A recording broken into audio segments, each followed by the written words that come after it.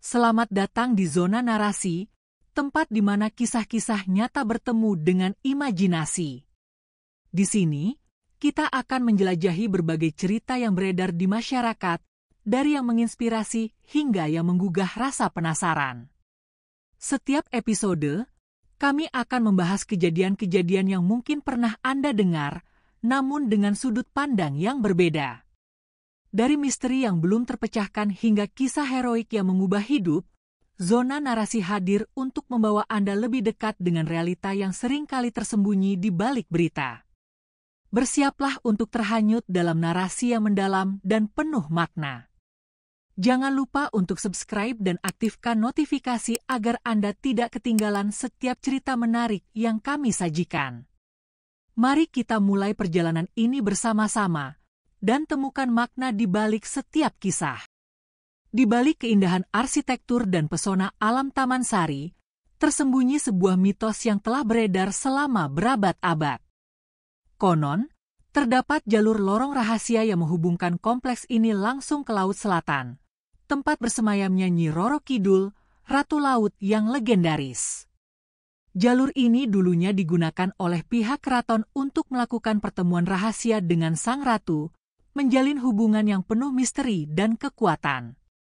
Namun, bagi mereka yang tersesat di lorong-lorong tersebut, kisah ini bisa menjadi lebih dari sekadar legenda.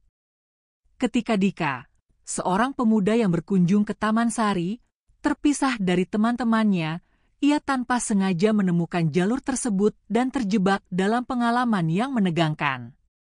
Dalam pencariannya untuk kembali, Dika harus menghadapi kekuatan gaib yang mengintai di balik mitos, dan belajar bahwa tidak semua yang hilang dapat ditemukan kembali.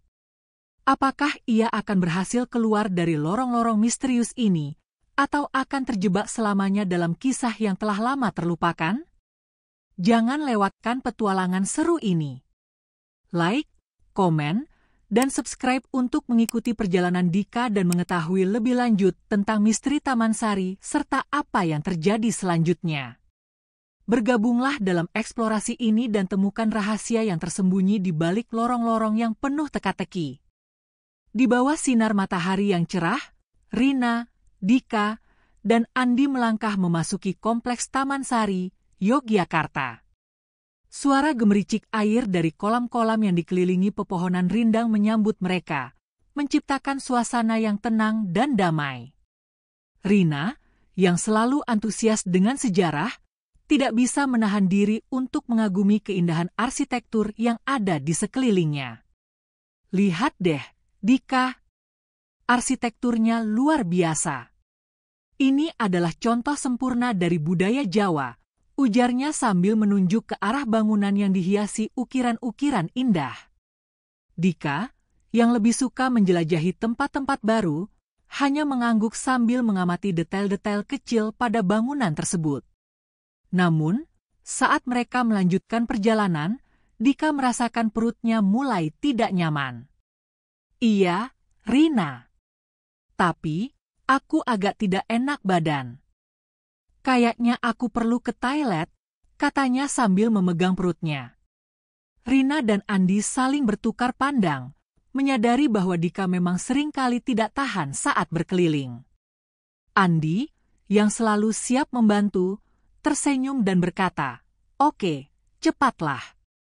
Kami tunggu di sini." Dika mengangguk dan bergegas pergi, meninggalkan Rina dan Andi yang melanjutkan eksplorasi mereka. Rina dan Andi melanjutkan langkah mereka, terpesona oleh keindahan kolam-kolam yang dikelilingi bunga-bunga berwarna-warni. Tempat ini benar-benar menakjubkan, ya? Sejarahnya begitu kaya, Rina berkomentar, sementara Andi mengeluarkan ponselnya untuk mengambil foto. Sementara itu, Dika berjalan menyusuri lorong-lorong yang berliku, matanya mencari tanda-tanda toilet. Namun, semakin ia mencari, semakin bingung ia dibuatnya. Di mana sih toilet ini? Kenapa Taman Sari bisa sebesar ini? Keluhnya dalam hati. Ia mulai merasa cemas, tetapi tetap berusaha tenang. Dika terus melangkah, berharap menemukan toilet sebelum situasinya semakin mendesak. Setelah beberapa menit berkeliling, Dika merasa tidak ada pilihan lain. Ia mencari tempat yang sepi dan akhirnya menemukan sudut yang cukup tersembunyi. "Maafkan aku, Taman Sari. Ini darurat," bisiknya sambil melihat sekeliling untuk memastikan tidak ada orang lain yang melihat. Setelah menyelesaikan urusannya, Dika berusaha kembali, tetapi lorong-lorong yang berputar membuatnya tersesat. Dalam kebingungannya, ia menyadari bahwa ia telah jauh dari Rina dan Andi, dan rasa panik mulai menyelimuti dirinya saat ia menyadari betapa luasnya kompleks ini. Dika melangkah cepat menyusuri lorong-lorong Taman Sari, berusaha menahan rasa tidak nyaman di perutnya. Suasana di sekelilingnya begitu menawan, dengan dinding-dinding berwarna pastel dan ukiran-ukiran yang indah, tetapi pikirannya hanya terfokus pada satu hal, menemukan toilet. Ia melirik ke kanan dan kiri, berharap menemukan tanda yang menunjukkan arah toilet.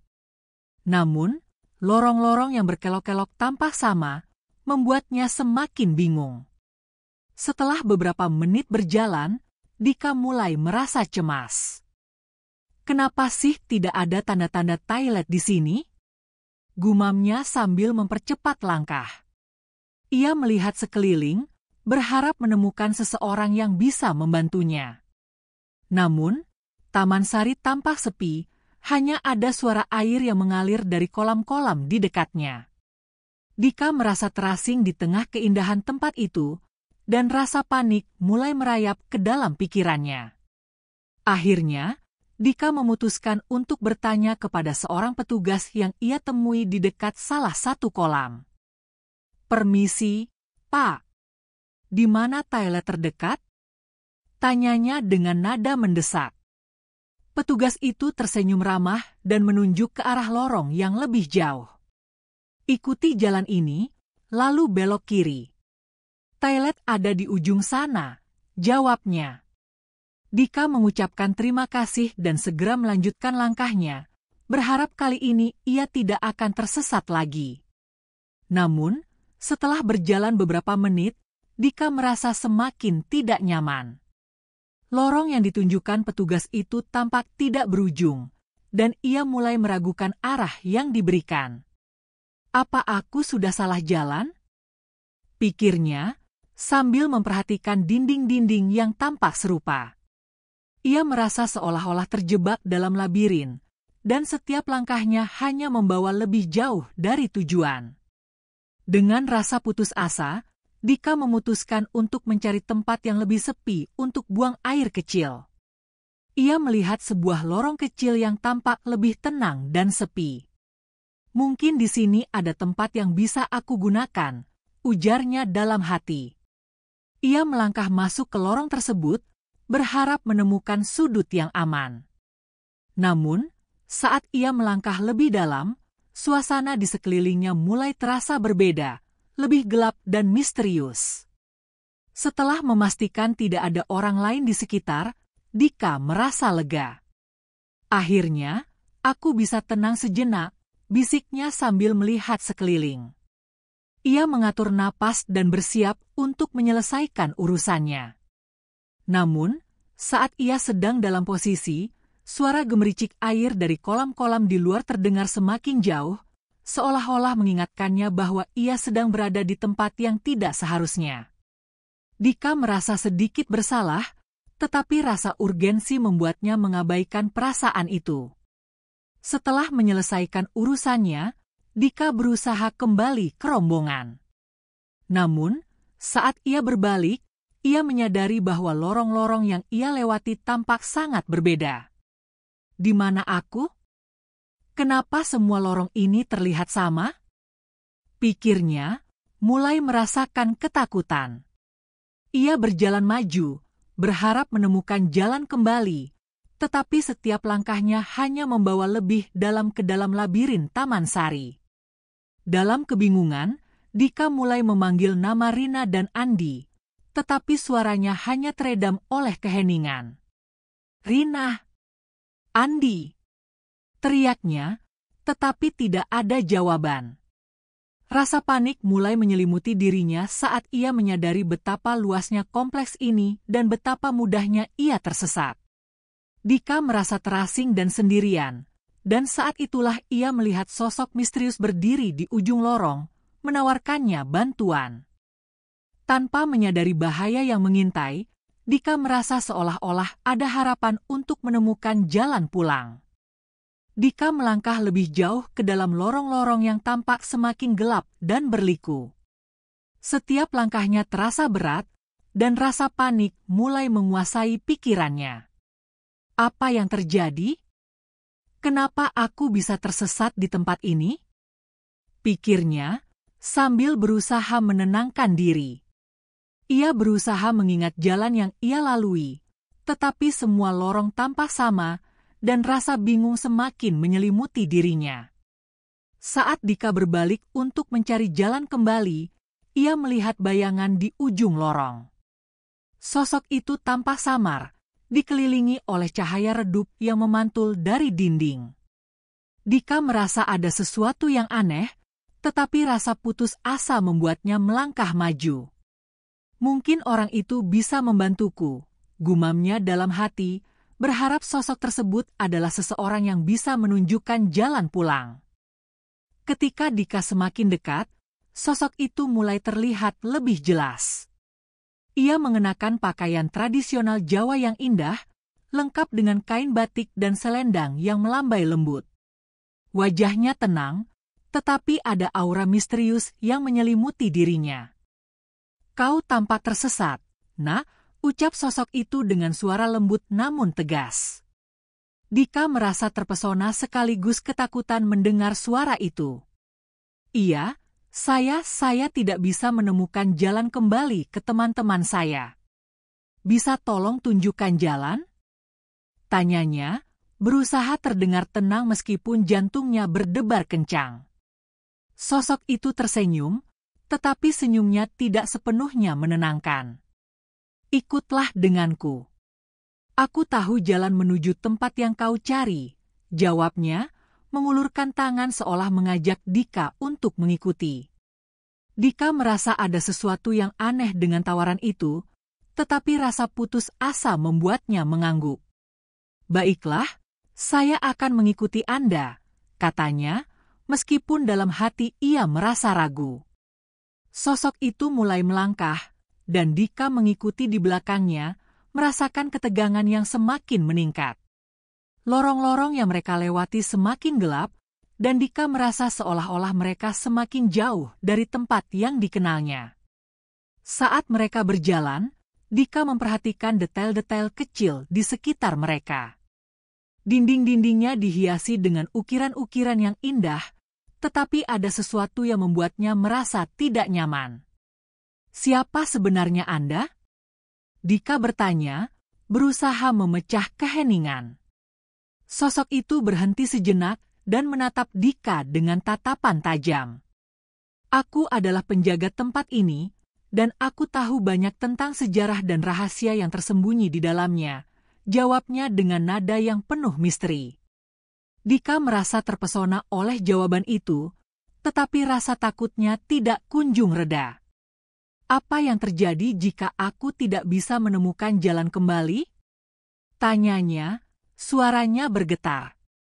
Sosok itu hanya tersenyum, tetapi senyumnya kali ini terasa lebih menakutkan. "Setiap orang yang tersesat di sini memiliki takdirnya masing-masing. Hanya waktu yang akan menentukan apa yang akan terjadi padamu," jawabnya, membuat Dika semakin cemas. Mereka terus berjalan, dan Dika merasa semakin terasing. Suasana di sekitar mereka semakin sunyi, hanya terdengar suara langkah kaki mereka yang bergema di lorong. Dika mulai meragukan keputusan untuk mengikuti sosok misterius itu. "Apa yang sebenarnya kau inginkan dariku?" Dika bertanya, berusaha untuk tidak menunjukkan ketakutannya. Sosok itu berhenti dan menatap Dika dengan intens. "Aku ingin menunjukkan kepadamu pentingnya menghormati tempat ini dan segala yang ada di dalamnya," jawabnya, suaranya menggema di lorong yang sepi. Dika merasa jantungnya berdegup kencang. Menghormati tempat ini? Apa maksudmu? Tanyanya, semakin bingung. Sosok itu tidak menjawab, tetapi melanjutkan langkahnya, membawa Dika semakin jauh ke dalam lorong-lorong yang gelap. Dika merasa terjebak dalam situasi yang tidak bisa ia kendalikan, dan saat itulah ia menyadari bahwa ia mungkin telah membuat kesalahan besar dengan mengikuti sosok ini. Ketegangan semakin meningkat saat Dika merasakan bahwa ia tidak hanya tersesat secara fisik, tetapi juga terjebak dalam sesuatu yang lebih besar dari dirinya.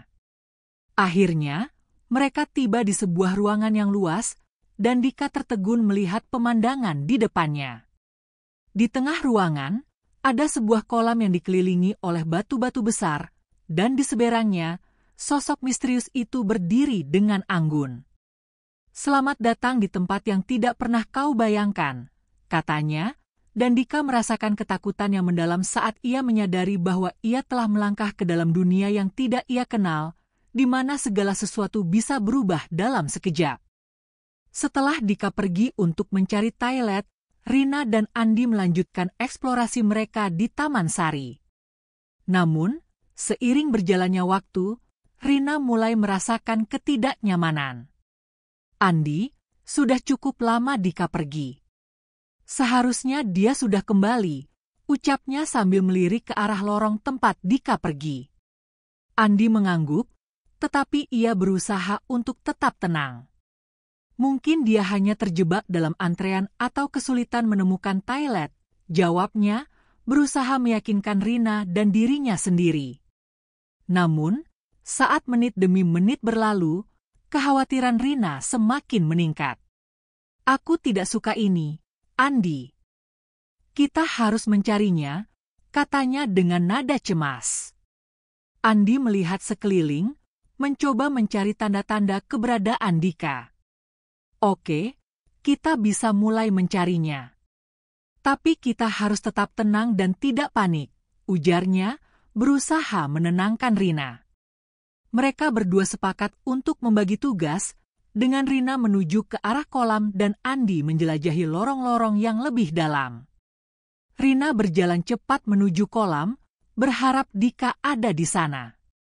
Setiap langkahnya terasa berat, dan pikirannya dipenuhi dengan berbagai kemungkinan buruk. Apa yang terjadi jika dia tersesat? Atau lebih buruk lagi, jika dia mengalami sesuatu yang tidak diinginkan? Pikirnya.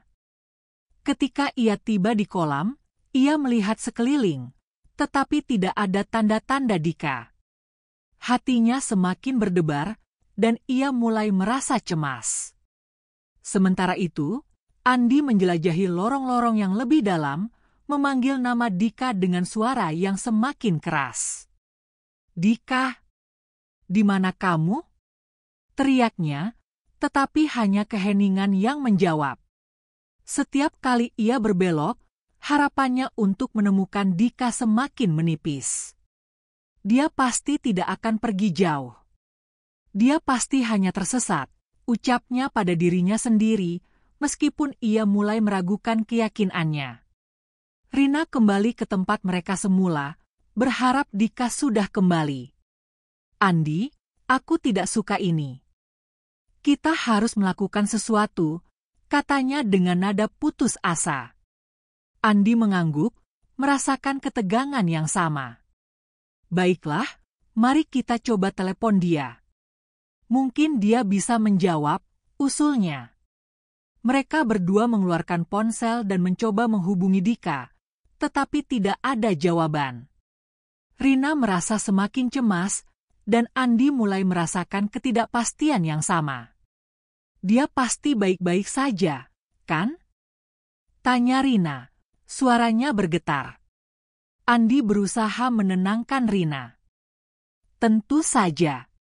Mungkin dia sedang sibuk atau tidak mendengar ponselnya," jawabnya, meskipun ia sendiri merasa khawatir. Mereka berdua saling menatap, dan Rina bisa melihat kecemasan di mata Andi. "Kita tidak bisa hanya menunggu. Kita harus mencarinya," tegas Rina, dan Andi setuju. Mereka mulai menjelajahi setiap sudut Taman Sari, memanggil nama Dika dengan suara yang semakin keras. Dika, Dika, di mana kamu? Teriak Rina, suaranya menggema di lorong-lorong yang sepi. Setiap kali mereka berbelok, harapan mereka untuk menemukan Dika semakin menipis. Rina merasa seolah-olah waktu berjalan lebih lambat, dan setiap detik yang berlalu semakin menambah rasa cemas di hatinya. Saat mereka menjelajahi lorong-lorong yang berliku, Rina tidak bisa menahan pikirannya yang melayang ke berbagai kemungkinan. Bagaimana jika dia mengalami sesuatu yang buruk? Apa yang harus kita lakukan? Pikirnya, dan saat itu, ia merasa seolah-olah dunia di sekelilingnya mulai berputar. Andi, yang merasakan ketegangan yang sama, berusaha untuk tetap fokus. Kita harus tetap berpikir positif. Dika pasti akan kembali, ujarnya, meskipun ia sendiri merasa tidak yakin. Akhirnya, mereka memutuskan untuk mencari petugas layanan informasi yang biasanya berada di dekat pintu masuk. Rina dan Andi bergegas menuju area tersebut, berharap petugas bisa memberikan informasi tentang Dika. Ketika mereka tiba, mereka melihat seorang petugas yang sedang duduk di meja informasi. Permisi, Pak. Kami sedang mencari teman kami yang hilang. Dia pergi ke toilet dan belum kembali, kata Rina dengan nada cemas. Petugas itu mengangkat wajahnya dan melihat Rina dan Andi dengan perhatian. Nama teman Anda siapa? Tanyanya. Dika, jawab Andi. Dia mengenakan kaos biru dan celana pendek. Petugas itu mengangguk dan mulai mencatat informasi tersebut. Kami akan membantu mencarikan dia. Namun, kami belum menerima laporan tentang orang hilang di sini, jelasnya. Rina dan Andi saling bertukar pandang, rasa cemas mereka semakin meningkat. Tapi kami sudah mencarinya di seluruh tempat ini, kata Rina, suaranya bergetar. Kami tidak tahu kemana dia pergi. Petugas itu berusaha menenangkan mereka. Kami akan melakukan yang terbaik untuk membantu. Silakan tunggu di sini, dan saya akan meminta rekan-rekan saya untuk membantu mencari, ujarnya. Rina dan Andi mengangguk, tetapi rasa cemas di hati mereka tidak kunjung reda. Mereka berdiri di sana, menunggu dengan harapan, tetapi di dalam hati mereka, ketakutan akan kemungkinan terburuk terus menghantui pikiran mereka. Kita harus menemukan Dika, bisik Rina, dan Andi mengangguk setuju, bertekad untuk tidak menyerah. Dika mengikuti sosok misterius itu semakin jauh ke dalam lorong-lorong yang gelap, rasa cemas dan ketakutan bercampur aduk di dalam hatinya. Setiap langkah yang diambilnya terasa semakin berat, seolah-olah ada beban yang mengikatnya. Ketika sosok itu berhenti di depan sebuah pintu besar yang terbuat dari kayu tua, Dika merasakan getaran aneh di sekelilingnya. Di mana aku sebenarnya? Pikirnya, tetapi sosok itu hanya tersenyum dan mengisyaratkan agar Dika masuk. Begitu Dika melangkah masuk, ia terpesona oleh pemandangan yang ada di depannya. Ruangan itu luas dan dikelilingi oleh dinding yang dihiasi dengan ukiran-ukiran halus. Di tengah ruangan, terdapat sebuah kolam yang airnya berkilau seperti permata, memantulkan cahaya yang lembut.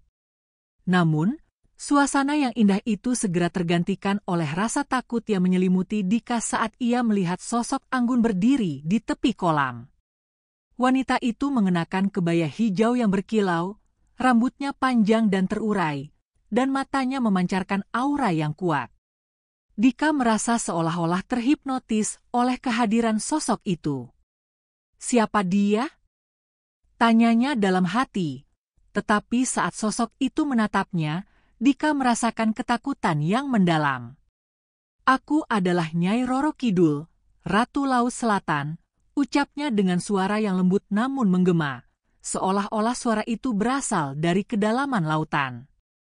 Dika terdiam, tidak bisa berkata-kata, hanya bisa menatapnya dengan campuran rasa takjub dan ketakutan. Nyai Roro Kidul melangkah mendekat, dan Dika merasakan hawa dingin yang menyelimuti ruangan. Kau telah menginjakkan kaki di tempat yang tidak seharusnya kau masuki, dan tindakanmu telah mengotori lingkungan suci ini, katanya dengan nada yang tegas. Dika merasa jantungnya berdegup kencang, dan ia tidak bisa mengalihkan pandangannya dari tatapan tajam Nyai Roro Kidul. Maafkan aku, Ratu. Aku tidak bermaksud untuk mengganggu, Dika berusaha menjelaskan, tetapi suaranya terdengar lemah. Nyai Roro Kidul mengangkat tangannya, dan Dika merasakan gelombang energi yang kuat. Kau harus memahami pentingnya menghormati tempat ini dan segala yang ada di dalamnya. Setiap tindakan memiliki konsekuensi, ucapnya, suaranya semakin menggema. Dika merasa tertekan, seolah-olah semua kesalahan dan ketidakpatuhannya terungkap di hadapan sosok yang anggun itu. Aku tidak tahu, aku hanya tersesat, Dika berusaha menjelaskan, tetapi kata-katanya terasa sia-sia. Saat Dika berusaha menjelaskan, Nyai Roro Kidul menatapnya dengan tajam. Kau tidak hanya tersesat, tetapi juga telah melanggar batas yang tidak seharusnya kau lewati. Lingkungan ini bukan untuk sembarangan, katanya, suaranya penuh dengan kemarahan. Dika merasa ketakutan yang mendalam, dan saat itu, ia menyadari bahwa ia tidak hanya menghadapi seorang ratu, tetapi juga kekuatan yang lebih besar dari dirinya. Dika merasakan tubuhnya bergetar, dan saat Nyai Roro Kidul melanjutkan ucapannya, ia merasa seolah-olah terjebak dalam jaring ketakutan. Kau harus membayar harga atas tindakanmu. Namun, aku akan memberimu kesempatan untuk memperbaiki kesalahanmu, ucapnya, dan Dika merasa sedikit lega. Apa yang harus aku lakukan? Tanyanya, suaranya bergetar. Nyai Roro Kidul tersenyum, tetapi senyumnya tidak sepenuhnya menenangkan. Kau harus belajar untuk menghormati dan menjaga lingkungan ini. Hanya dengan begitu, kau bisa kembali ke tempatmu. Dika merasa tertegun, tidak tahu harus berkata apa. Aku berjanji akan menghormati tempat ini, ucapnya dengan tulus, berharap itu cukup untuk mengubah situasi. Nyai Roro Kidul mengangguk, dan saat itu, Dika merasakan beban di dadanya mulai menghilang. Ingatlah, Nak. Setiap tindakan memiliki konsekuensi. Jika kau melanggar lagi, tidak ada yang bisa menyelamatkanmu, katanya dengan nada serius. Dika mengangguk, bertekad untuk tidak mengulangi kesalahan yang sama. Dengan itu, Nyai Roro Kidul melambai, dan Dika merasakan angin sejuk berhembus di sekelilingnya. Dalam sekejap, ia merasa tubuhnya terangkat, dan saat ia membuka mata, ia sudah berada di tepi pantai yang indah. Gelombang laut berdebur lembut, dan Dika merasa lega sekaligus bingung. Apa yang baru saja terjadi? Pikirnya, tetapi saat ia melihat ke arah laut, ia tahu bahwa pertemuannya dengan Nyai Roro Kidul akan selalu membekas dalam ingatannya. Setelah pertemuannya yang menegangkan dengan Nyai Roro Kidul, Dika terbangun di tepi pantai yang sepi. Ia merasakan pasir yang lembut di bawah tubuhnya dan suara deburan ombak yang menenangkan. Namun, saat ia membuka mata, kebingungan melanda dirinya. Di mana aku?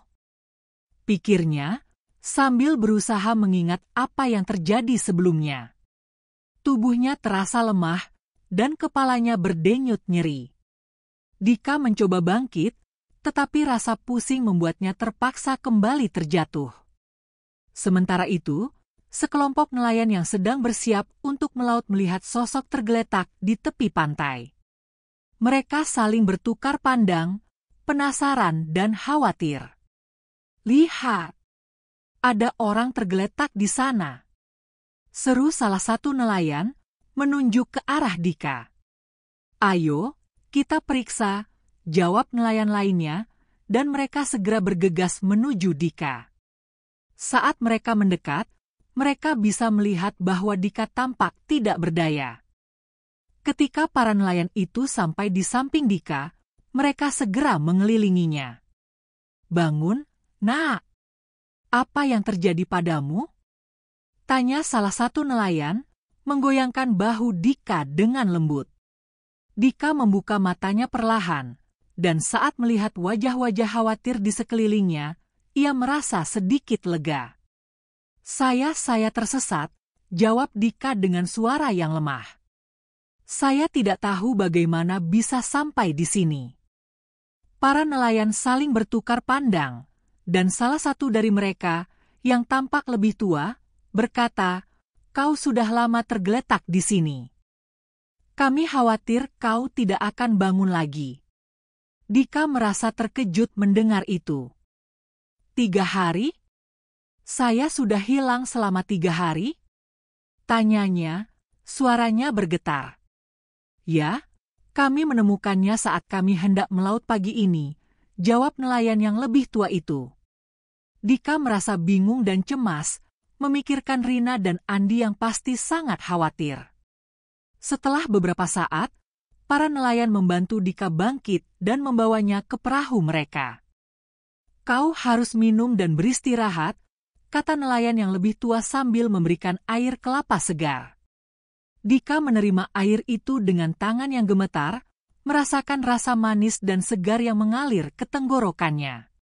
"Terima kasih," ucapnya, merasa bersyukur atas kebaikan mereka. Ia mulai merasa sedikit lebih baik, tetapi ingatan tentang pertemuannya dengan Nyai Roro Kidul masih membekas di pikirannya. Setelah Dika merasa lebih kuat, ia mulai menceritakan kepada para nelayan tentang pengalamannya. "Saya pergi ke Taman Sari bersama teman-teman saya, tetapi saya tersesat dan bertemu dengan sosok misterius. Lalu saya tidak tahu bagaimana bisa sampai di sini," jelasnya. Para nelayan mendengarkan dengan seksama, dan mereka saling bertukar pandang, seolah memahami bahwa Dika telah mengalami sesuatu yang tidak biasa.